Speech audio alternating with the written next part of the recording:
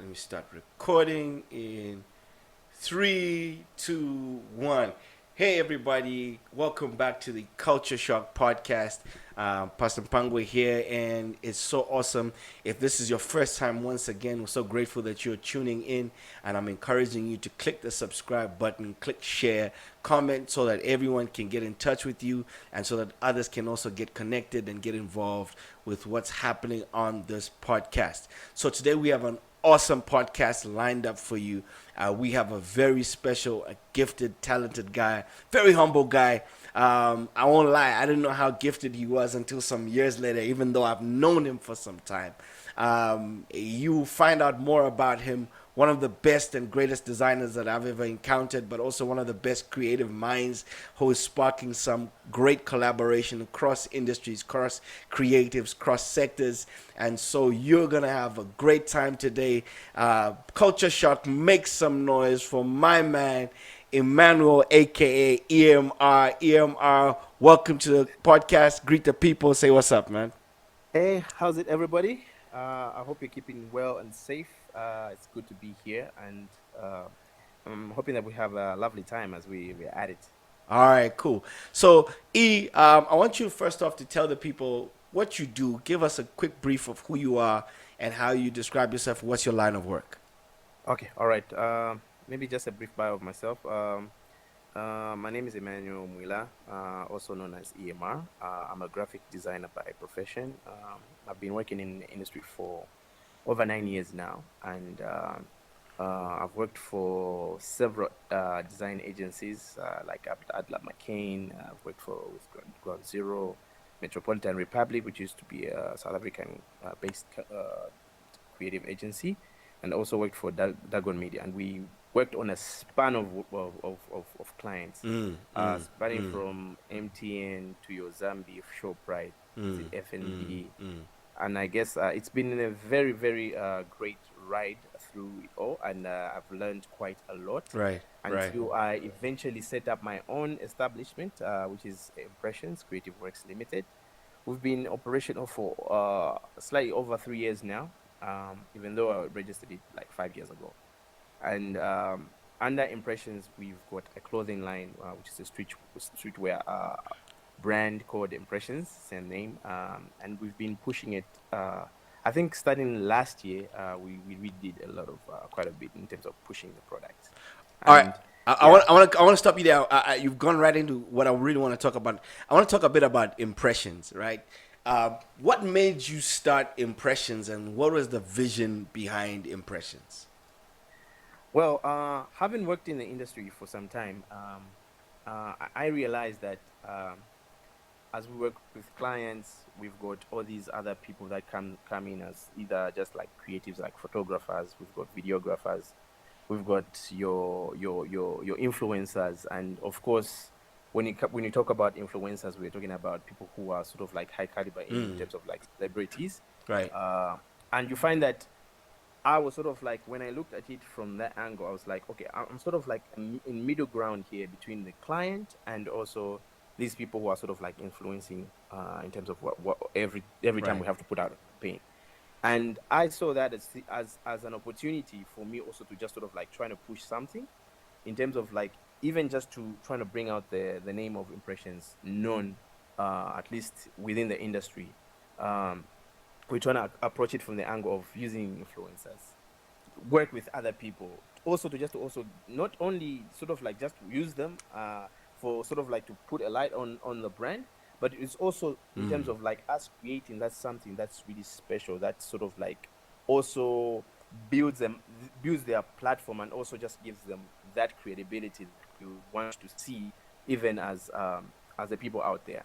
So it's sort of like spanning from there, and we are trying to sort of like create something that will eventually grow from nation maybe to the entire world. I think the possibilities are endless of what we can do.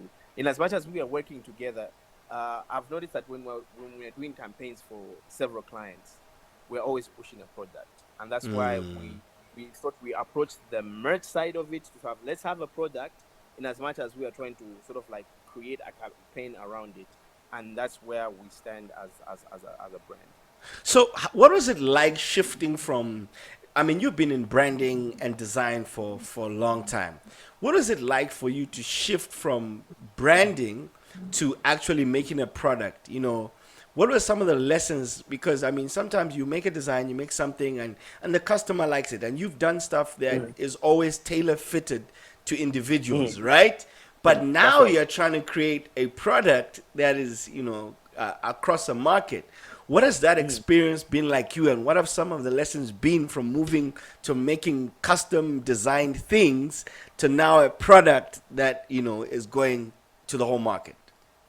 It's been quite a journey, if I may say, and a big challenge at the same time.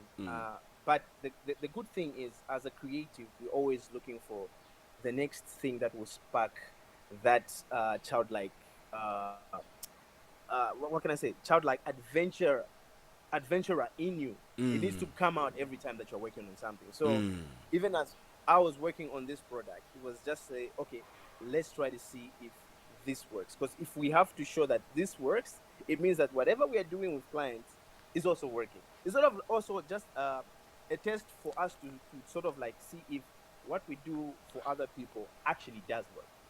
And Right, right, finding right. from there, you find that in as much as there are several challenges that we may encounter in terms of like because the brand is has always been about, let's have good quality stuff.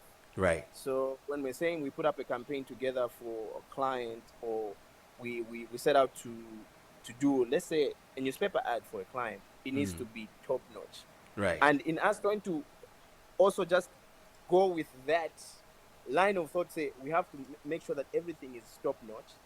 You find that there's stuff that you encounter in terms of like trying to get um, materials. For example, if I'm trying to do shirts, if I do shirts and you find that the quality of the material is not great, Right. uh, the artwork that I'll put there afterwards, like maybe we say it's video flakes, it also has to be great at the end Right. of the day. So Right. you find that we are only restricted to what the market offers, and you can't go beyond that. Right. Right. So you tend to sort of like carry out surveys, just try to educate yourself on what goes on when people do apparel brands, and you find that there are so many types of prints that are out there that we are not exposed to, Right. and can't even reach out to based off the.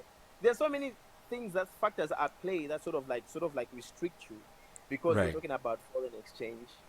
Right. We're talking about you having access to good quality manufacturers Right. and the like. So all these roadblocks, you sort of like have to sort of like manage it Right. as you work with what you have. It's sort of like work with what you have and make sure that what you have is still great. Right. So I want to talk to you about that. Work with what you have. Like one Uh-huh. thing I've loved about your campaign. For those of you who don't know what we're talking about, we're talking about Impressions Apparel, and it's been so amazing. You launched it last year, and in this That's short right. space of time, I have seen you on billboards. I have seen you on those electronic digital media. I have seen you all over social media. I have seen you in music videos. I have seen you on people's cell phones. I have seen you everywhere. Did you have a budget for this? Did somebody give you money?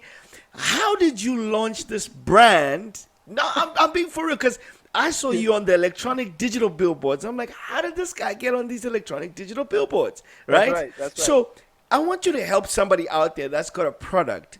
How did you leverage everything you had in the industry to launch your product? Give people some Okay. knowledge. All right. I think it all starts from being strategic with what you do. So you've got a plan. You have to sort of like write it down. Write down the plan. Okay, Right. this is the plan. This is what I want to do. And then, as you have got that plan, you have to sort of like uh, rip it into small chunks, so that at least you sort of like time them in terms of like how you want to achieve. And as you've got the master plan, you need to sort of like have the end goal. With the end goal, this is what we success will look like. And if you say this is what success looks like, how are we going to get to that success? Right. And in you trying to get to that success, obviously there are certain factors that will be at play for you to get to where you want to be. Mm. And I think from the time that we kicked off the campaign, it's just been about partnerships. And that's the biggest thing that you can ever do for yourself. It's sort of like you cannot work alone. Right. That's one of the major things, like that you can't work alone regardless of who you are. You're supposed to sort of like, in as much as you can have the money in the world, but if you are on your own, I don't think you'll be able to move things from one place to another. You need people, you need to work with people. Right. And what we did is like we created strategic partnerships. There are Right. certain people that you know are good at what they do. Work with them, sort of like speak to them about your idea. Go to them and ask them if it's something that's viable and will sort of like in the long run will also sort of like benefit them at some point. So even when it comes to maybe going to having like billboards or working with different celebrities, you know, I most of the people I'd never sort of like even known them before, but it was What? not Whoa, whoa, until whoa, sort of whoa, like whoa, whoa, whoa. Are you telling me you didn't know most of these people? I didn't know most of these people. So how did you engage them? Engage them by sparking conversation, sort of like have conversations with people. Sometimes we sort of like look at them as not really being people. Right. I don't know if I can say that, but then at the end of the day, when you sit with someone and then you have a normal conversation, like you tend to see sort of like, oh, they are people. They listen, and if you tell them your idea, you'd be like, okay, this is the idea that I have. Uh, Obviously, you have to come from somewhere. Right. At the end of the day, it has to be sort of like a win-win situation. So most of the guys that I work with, it's been sort of like in us for sort of like even trying to be in the same room to have that conversation. We first have to start with maybe where we Right. start off working on something different, totally different from before I even bring in my idea. So especially like especially most of the celebrities who are sort of like the musicians, it's always been like we just talk something off the brand, and then from there that's when we have that conversation, say okay, now I trust you sort of like to hear me out even as we talk. I don't know if that makes sense. Right, right. So your strategy was more to build a relationship Build relationships. before you actually sell the product. Because I see a lot of Exactly. people, the first Exactly. thing they do is like, "Yo, I have these T-shirts. Can you wear this? Can you share my stuff? Can you share my Hmm. product?" So for you, your approach was build the relationship first, then see Exactly. whether you can actually collaborate. Right. That's right. That's right. So So so in the in the hold in on, the, hold in on. the I want first to place ask you a quick also. question on that one. All right. Were there any people that you had to turn down? Like where you were like, okay, uh you don't have to name names, but were there some people where you okay. approach and you're Yeah. like, you know what? Nah. Well, it all depends with uh, do they align with what I'm trying to achieve? So there were some people, definitely. So if they do not align with what I'm trying to achieve, definitely I'll just say like it's a hard pass for me. Like no, Right, right, right, yeah, right, right. definitely have a bit of people that I had to turn down. Yeah, yeah, yeah. Let's talk about the apparel itself and the style. First of all, I mean, we had Chimasu on the last episode, and he talked about how you helped him design a brand for Bear With Me, and he actually confessed that that was not his original idea, but you Uh-huh. sold him onto the idea, right? That's right. He told me that he didn't actually like the bear, right? He didn't He like did. that bear. He did not. He So did he not. I wanted the remember. grizzly bear. And you were like, no, fam, you cannot do the grizzly bear, right? It has to be something cute. I want to talk about you being a designer, right? Exactly. Yeah.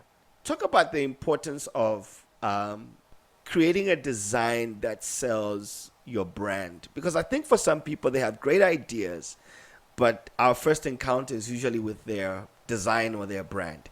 How important is it for an entrepreneur, a business person out there, a guy with an idea? Why Mhm. is a design important for a brand? Okay. Let me approach it maybe by saying you just have to look at how the market plays out. Right. Obviously, Zambia is too small for us sort of like have sort of like something to look at to say, okay, this is what works. So ideally, when you look at streetwear, do some research on streetwear, like what really goes into it, like what makes stuff hot, and what sort of like trendy at that particular point in time. Because um, this is pretty much fashion business, and it changes like at a rapid rate. But Right. then there's certain traits that you have to go for that sort of like stick around and will sort of like be timeless. Because at the end of the day, when you create something, it has to be timeless, Right. Right. and Right. that will sort of like what will people will be looking out for. People will not go for the next hot thing and just say like, okay, this is okay, we like this. Yeah, it can be good as at first glance, but then are we going to like it tomorrow or the other day? I think so. These are sort of like the small things that we need really to look at. It's sort of like making something that's timeless. Myself, I think I like sneakers a lot, even though I don't show it because I don't have money. But ideally, when it comes to sneakers, I like the classics, the ones sort of like that have been like through time. I can see that these have always been constant. I would go for like Jordans. If you look at Jordans are the like one of the biggest brands out there, and the stuff that they've created is just super timeless. So it's sort of like in the simplicity of how they designed it, but then at the end of the day, they didn't sort of like make it super complicated for some. But I'm sure there were sort of like certain other sneakers which were there, but then it's also how you sell the idea to people, because one of the key elements about a design is what's the story around it. And I think even for Impressions, I think that's why it made it explode last year. It's sort of like the story around it, Right. and how we designed everything, sort of like what's the story. Because at the end of the day, you can have the coolest design in the world, but why should I buy it? That's the question that I had. Like, okay, if I put this out to the people out there, why should they buy this? So I had sort of like had to create a story around it to say they have to see themselves within the picture. If they don't see themselves within the picture, they won't buy it. I think that's why we sort of like the way Apple sold themselves to any of us. It's sort of like the way they've framed it in such a way that we see ourselves in the picture. If you look at Nike or look at Off-White, regardless of what it is, you just have to see yourself in the picture. Wow, wow, wow, wow. I hear you there. You have to see whatever you're selling. If I don't see myself in that picture, then I'm not interested in it, right? You're not gonna be moved. Yeah. Speaking of picture, right? I saw you when you went into this whole launch. You went heavy with the visuals, right? Exactly. I saw you get Tony Davies on this. Tony was involved. Traffic was involved with the video. You know, Exactly. Chucks was involved with the collaboration. How did you engage these other people to say, guys, I have this idea? Because as much as you're a design and you're a media guy, Hmm. how did you collaborate, and at what point did you give away, for example, creative control to these other partners? Because I think other people just feel like as long as I have the vision, you need to hear what I've said. They'll Again, capture it somehow. they'll figure it out somehow. Okay, so like I said from the beginning, it's sort of like you have to, like for me, it's sort of always been about relationship. Relationship is the most important thing, because tomorrow I'll need you, tomorrow you'll need me, and that's how we survive. So even when it comes to people like Tony, people like Traffic, I think it's just been about like, if I look at, I've worked with different photographers, and uh, I started it out with Tony because of the chemistry that we had, especially when we were doing works together. And then from there, I was looking at the whole thing as every time we work together, not just on impression stuff. If today I've got Pastor Mpangwe wants me to do a shoot for him, Right. and then I have to go and work with Tony. I don't look at that as just mere work, but then I'll look at it as we're going to collaborate between me, Pastor Mpangwe, and Tony, who will be the photographer. Because at the end of the day, when we sit at the table, we are all bringing our A game. So you have to bring your A game in terms of like your how you make the atmosphere, in terms of how you pause, uh, how prepared you are in terms of like the wardrobe and everything, locations. Right. Totally there will bring his A game in terms of Mm. the shot. Mm. Like you make sure he captures the best pictures, and then I also bring my A game in terms of like trying to come up with a concept of how this shoot will be directed, and then I have to direct also in terms of like how it should come out. So Right. it's sort of like from that angle. So it just spreads across through everyone that I've been working with. So even in terms of like even me selling the idea to them, we sort of like we're coming from a place where I say, okay, listen, every time we work, you bring your A game, Right. I bring my A game, and we are not looking at this as just work that we'll throw out there, but then it's just like we are creating something for ourselves that will feel good after we put it out, because we'll find fulfillment after we put out something that's great, and we'll always constantly look to creating more stuff, and that's how it's sort of like it is. Yeah. Tell me, I think I want to ask this question because I see this because, you know, you using materials that are quite common, and I'm saying that respectfully, but you're bringing across such an amazing brand, right? I've seen you guys use T-shirts that people commonly use, and I'll be convinced I'll get the T-shirt, and I promise you I'll open it, and I'm like, there must be a tag in here or something that says something else, and I'm seeing the same tag. I'm like, these chaps, they're making such quality with with the local, what's available. You Mhm. stressed that about using what's available. Talk to Exactly. somebody about how they can still build, because I know you've talked about the limitations, but those limitations are not going away, right? They're not going away at all. Yeah. How do I separate myself in making a brand, right, with the resources that I have at my disposal? Okay, I think start off by identifying one, good people that you can work with. I think it's not just all about working with everybody. Remember, you've got a plan. If you've planned for something, obviously you've set out certain parameters that you can look at in terms of like, okay, I'm gonna spend maybe so much on doing photography. I'm going to spend so much on graphic design work, or I will spend so much on video.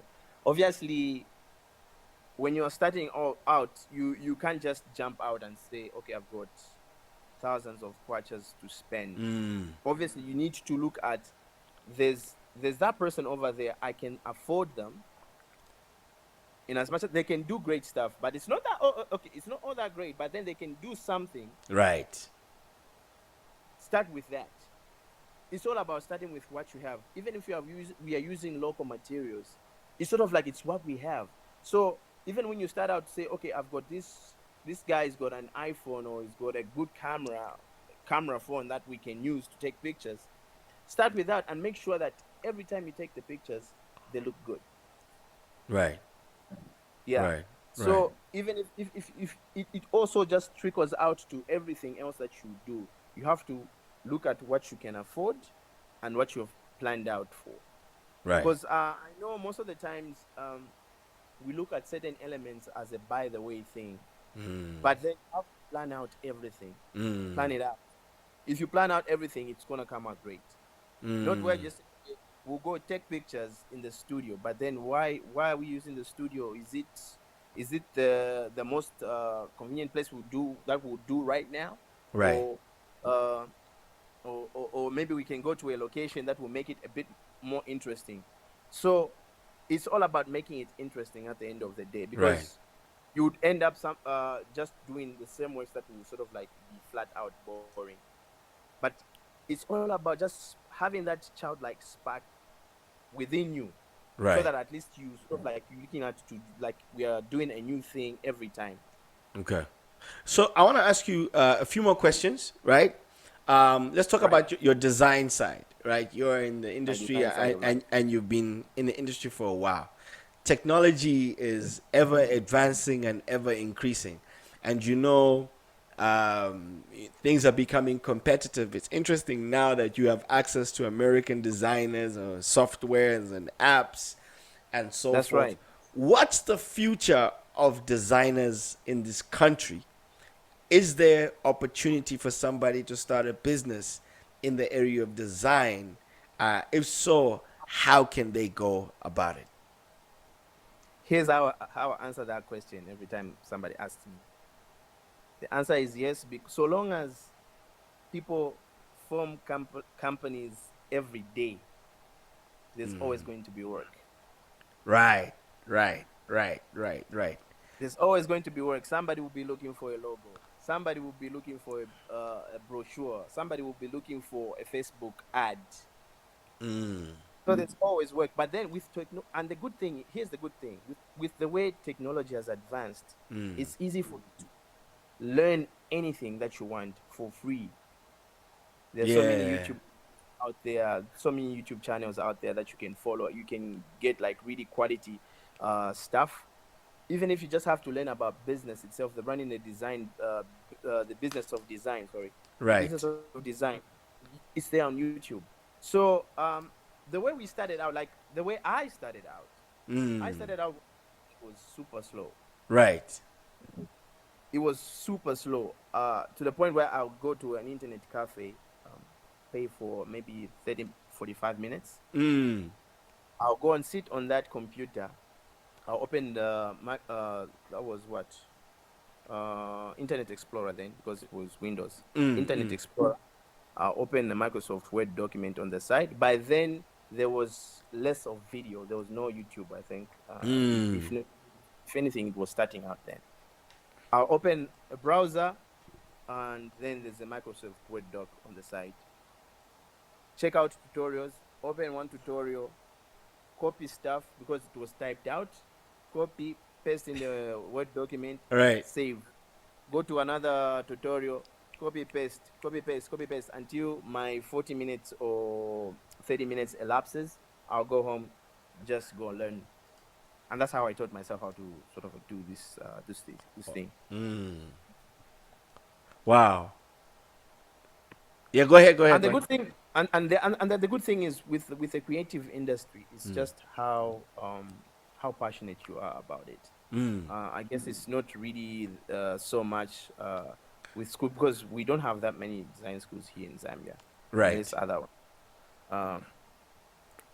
If you're passionate about it, it will show in your designs. Right. And then pursue that. Learn. Don't try to learn everything. A lot of guys, what they like doing is like they like trying to learn everything. Trying to learn photography, video, illustration to 3D. Right. You know, like Right. you can't. Even if, in as much as you can be a big sponge, but then you can't just soak up everything, because at the end of the day, you'll have 10% of each of these things, and then you'll not be great at one thing. Wow. It's best you go first for one thing and then start adding up these other small things. Even if you have to, like, in the long run, you can learn everything, but then start adding up bit by bit. So if you have to start with, if you want to learn logo design, pursue that, so that at least you master the craft of making logos. Then you move to doing layout and design for multiple page documents. Right. Learn that. Go to photo retouch. Learn that. So add up one skill after the other until at the end of the day you sort of like bulk up at the end of the day. Wow. I hear you 100% on that, because I see so many people just like going all out, doing everything at one go, and then never becoming specialists at anything, or never excelling in something, but just being a jack of all trades instead of a master of something, right? I want to talk about, just also on that aspect, talk about, the generation that we're in today. Like you just talked about that, how for you had to go to internet cafes, right? Exactly. Yeah. How can people capitalize the opportunities they have today?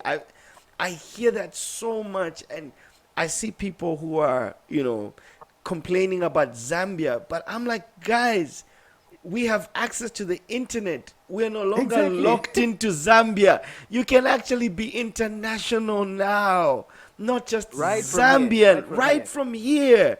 The fact that Exactly. we're doing what we're doing, and we're not even in the same city. This could not happen 10 years ago, 5 years ago, right? Mm-hmm. How can a young person capitalize the opportunity? Because I hear so many, I see designers all the time, like they're slick with their little posts, like, I charge this for my logo, I charge that for my logo. And I hear you on that. But I think that people are also oblivious to the fact that the opening up to the international market means that I can get a logo for cheaper than it'll cost you, right? Mm-hmm. Mm-hmm. Like I can buy it on one of these stock sites and they can create a custom logo for me for like couple hundred Super cheap bucks, price. right? $5. So how does a young person, because remember people just used to do logos, da da da da da, how do they separate themselves now? You're a designer today. How can you separate yourself?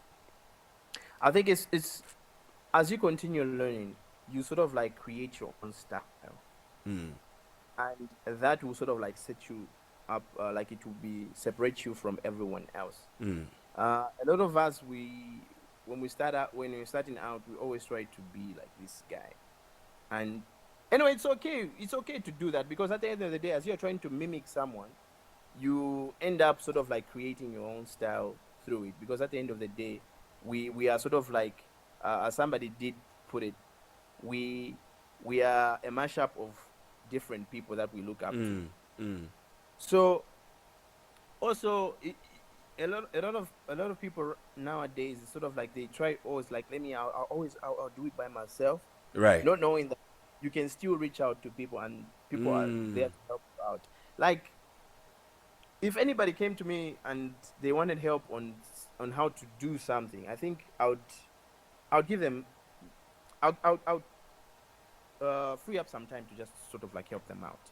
right. Right. And I see a lot of people want to sort of like just isolate and, no, no, I'll try to figure out on myself, but then you Right. won't. Right. You need to ask. You need to Right. ask people. People Right. are always free out there to just give you insight in terms of like how they came about. Because like we said, it's technology and things are changing at a rapid rate. Mm, At times, even this thing of just trying to learn everything, you're trying to learn this other software, and then they are trying to simplify it. Then other pages are popping up, like, this Canva. People can now just create stuff off Canva and to just be perfect, you right. know. Right. So, but then at the end of the day, if you are sort of like just learning bit by bit, in terms of like trying to learn one program at a time, I guess you'd have known, the what you call it, the technique, and what's underlying whatever you're trying to do, and like trying to just know bits of it, and then the program changes completely, and then it becomes simpler. I don't know if Yeah, that yeah, I makes hear sense. you.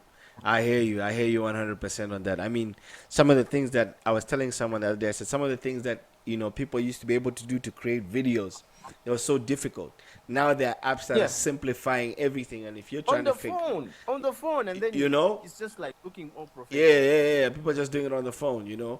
So, I mean, a few more questions. We're almost nearing the end, but I need to know impressions. Where do you see it going? Tell me where you're taking this. Impressions. Wow. Okay. We've got bigger plans for it.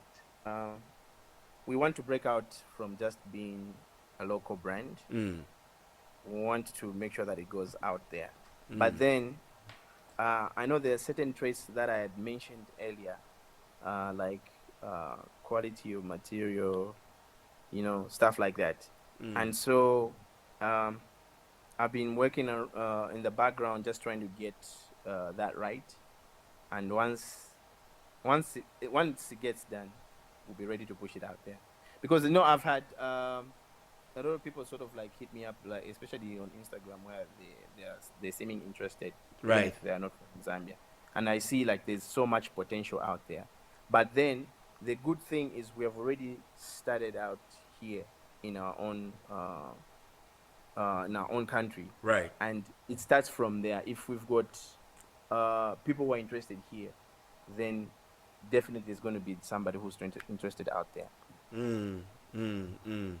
So Uh, there's so much potential, but then when you're trying to deal with international clients, it's all about quality, quality, quality. right, right, right. So, Because mm, then the playing mm. field sort of like just sort of like comes bigger, and then you have to sort of like have other opponents that you have to face. Right, So right, right, right. I mean, for that competition, you have to international, be ready. yeah, yeah, yeah. There's big competition out there. Who Mhm. inspires you, like in terms of your vision, like who you know looking to say, okay, that's what I want to take this to be.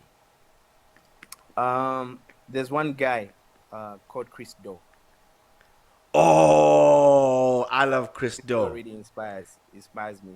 Right? Uh, and then there's also another guy called Michael Janda, uh, Yeah. also very good designer and then strategist. So it's sort of like trying to move from the space of just being an average designer, but to be more of somebody that helps Yeah. build brands, build businesses, and also just help clients actually. Right. Right. Right. Because it starts out from, oh, we just want clients' money, but then are you helping them? Right. Mm. So we need to take up that space where the help that you're offering sort of like just sort of like either uh, uh, multiplies the person that you are, Right. then you have that influence on people like that. Speaking of helping people, I know you've been involved in so many designs. You guys, I promise you, I want you to quickly run through some of the designs, the covers, like music especially. Tell me some of the projects you've worked on, right? Tell people which designs you've done because I know there's a lot of designs that they don't know it's you, but we know it's you, right? Oh yeah. Okay.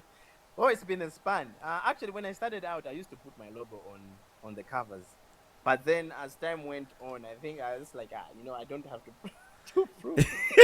I don't Right? have to prove anything. I think if it's designed, it's designed. It's out there. So okay. So I've worked extensively with a lot of gospel artists. Right. Starting with Reason. Mm. Did a whole bunch of stuff for him. Yeah. That was active. Then did stuff with Abel Chungumusuka. Of course, I think almost all his covers, except for the very first worship of the Love Revolution. I Right. didn't do that, but then we redid it. So the new album cover was sort of like I did that, and then the albums that followed after. Mm. Did some works with Church, Trudon Church, Right. and then he had a group then called Day One. Right. Done stuff with Geo, done stuff with Olivia, Right. Pombi and Mag 44. Like I've worked extensively also with Mag 44. Yeah. Um, I've done works for people like James Sakala and Kiki. Right. Worked with Josie J and Stone. Right. I've worked with people like Ludo. I've worked with people like Bittersweet. So we're talking about Kapembo and Kesta. A whole bunch of stuff. My goodness.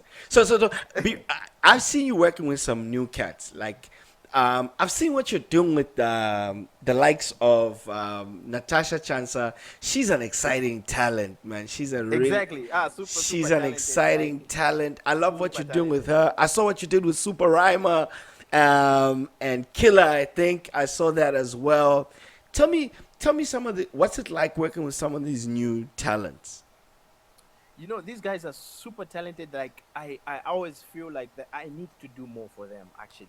Like every time I'm working on a project with these guys, it's sort of like, when is the next thing? What are we gonna do next? And it's sort of like it's a good challenge for me, even Mm, for us to sort of like create something that's sort of like even high quality, uh, some exciting stuff. You know what I'm saying? So I always look forward to working with these guys because of their raw talent, and I feel like the appeal that they should have should always be international, and right. I would not want to always ever like just to put out like any mediocre work for these guys, Mm, because I always want them to be like top notch. That's too dope. E, tell people where they can get your merchandise. How can they get in touch with you? How can they connect you? Drop your Um, handles and details. okay, so you can reach me on my Instagram page. It's Impressions, ITSEMPRESSIONS. Just DM me for orders. We had some of the merch at one of the stores, Prosila Boutique in North Mead. But then nowadays, because of the COVID situation, I know people are not really moving about a lot. So it's best that you just order via Instagram, or you can call 0968 place your orders, and then we can always sort of like do a courier. But obviously there's a small fee for courier. Yeah. Yeah. So, E, thank you so much. That was Emmanuel Mwila, founder of Impressions, great Impressions. designer, great humble guy. I mean, when you find out what he does, and some people you can't even reach them, but you can reach them. I can call E about anything, and when he means that about the fact that you can reach out to people and he can help and make a difference. All right, that's another episode of the Culture Shock Africa podcast. Make sure that you subscribe, that you like.